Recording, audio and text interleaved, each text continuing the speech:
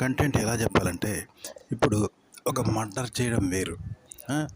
ఒక మర్డర్ జరిగింది అని చెప్పడం వేరు. అక్కడ మర్డర్ జరిగింది. అతను ఇలా మర్డర్ చేశాడు. వీడు వాడిని మర్డర్ చేశాడు. వాడు దుర్మార్గుడు. అదేం న్యాయం.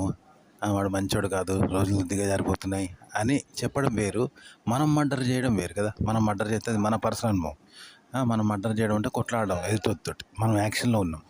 ఇది ఇలా చెప్పొద్దు. ఆడోళ్ళతో మాట్లాడేటప్పుడు సెక్స్ గురించి ఇలా మాట్లాడొద్దు. అక్కడ మర్డర్ జరిగింది, రోజులు బాగలేవు.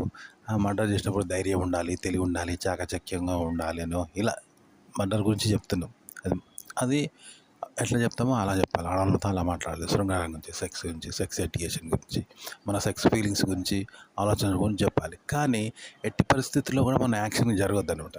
అంటే మనం మర్డర్ చేసేవాళ్ళం కాబట్టి మర్డర్ గురించి చెప్పాలి. మనలో ఉన్న ఆలోచనలైనా సరే అలాగే చెప్పొద్దు. వాటితోటే చెప్పొద్దు. ఆలోచనలతో చెప్పొద్దు. వాటి గురించి చెప్పాలి. వాళ్ళు కూడా వింటారు. వాళ్ళ గురించి చెప్తారు తప్ప వాళ్ళు కూడా యాక్షన్ ఉండదు. వాళ్ళు కూడా వాటి గురించి, వాళ్ళ ఇష్టాల గురించి మాట్లాడతారు. వేరే వాళ్ళ ఇష్టాల గురించి మాట్లాడతారు. సెక్స్ గురించి, మన సెక్స్ ఫీలింగ్స్ గురించి వింటారు తప్ప మన ఫీలింగ్స్ చెప్పొద్దు. మన ఫీలింగ్స్తో చెప్పొద్దు. ఓకే, మన పర్సనల్తో చెప్పొద్దు. మన పర్సనల్ విషయాలు అతీతమైన విషయాల గురించి మాట్లాడాలన్నమాట. శృంగారం గురించి చెప్పాను కదా, అట్లా మాట్లాడితే వింటారు. మీరు కెమెరా ముందు కూడా ఇలాగే మాట్లాడాలి. ఏ విషయమైనా, సెక్స్ అని కాదు, ఏ విషయమైనా ఇలాగే మాట్లాడాలి. ఇప్పుడు మనం ఒక అమ్మాయిని చూస్తాం కదా, పోతుంటే అమ్మాయి అందాన్ని, అమ్మాయి శరీరాన్ని పురుషుడు చూస్తాడు, ఆస్వాదిస్తాడు. అయితే ఆమెను బాగా చూడంగానే ఆమె ఇబ్బంది పడి వెళ్ళిపోతుంటుంది. కానీ ఇక్కడ ఏంటంటే అమ్మాయి కూడా అబ్బాయిని చూడాలనుకుంటుంది అలాగే. కాబట్టి ఇక్కడ ఏంటంటే అబ్బాయి అమ్మాయిని చూడడం వల్ల ఆమె డిస్టర్బ్ అయ్యే అవకాశం ఉంటుంది. నువ్వు నెగిటివ్గా చూస్తారు కదా, ఇబ్బంది కలిగేలాగా చూస్తారు కదా. కాబట్టి అలా చూడకూడదు. మరి ఏం చేయాలి అబ్బాయి అంటే, అమ్మాయి అబ్బాయిని కూడా చూస్తుంది అలాగే.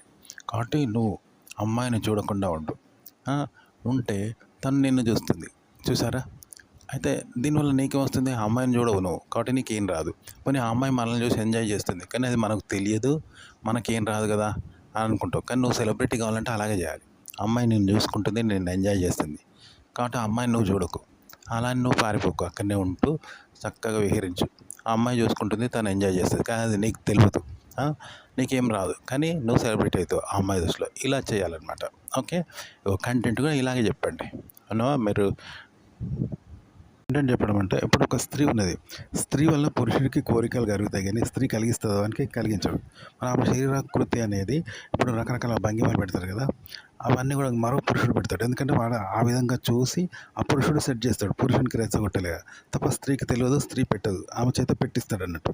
ఒక స్త్రీ పెట్టినా కూడా పురుషుడు పెట్టిస్తే ఎలా పెడుతుందో అలా పెడుతుంది తప్ప తనకు తెలియదు, తను పెట్టదు. ఇగో కంటెంట్ కూడా ఇలాగే చెప్పాలన్నమాట.